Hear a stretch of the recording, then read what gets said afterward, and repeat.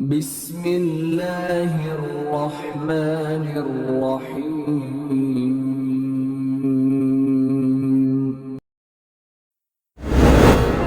رسول اللہ صلی اللہ علیہ وسلم نے فرمایا، جو شخص اللہ سے ملنے کو محبوب رکھتا ہے اللہ بھی اس سے ملنے کو محبوب رکھتا ہے، اور جو اللہ سے ملنے کو پسند نہیں کرتا اللہ بھی اس سے ملنے کو پسند نہیں کرتا۔ اور عائشہ رضی اللہ تعالیٰ عنہ یا نبی کریم صلی اللہ علیہ وسلم کی بعض ازواج نے عرض کیا کہ مرنا تو ہم بھی نہیں پسند کرتے۔ نبی کریم صلی اللہ علیہ وسلم نے فرمایا کہ اللہ سے ملنے سے موت مراد نہیں ہے، بلکہ بات یہ ہے کہ ایماندار آدمی کو جب موت آتی ہے تو اسے اللہ کی خوشنودی اور اس کے یہاں اس کی عزت کی خوشخبری دی جاتی ہے۔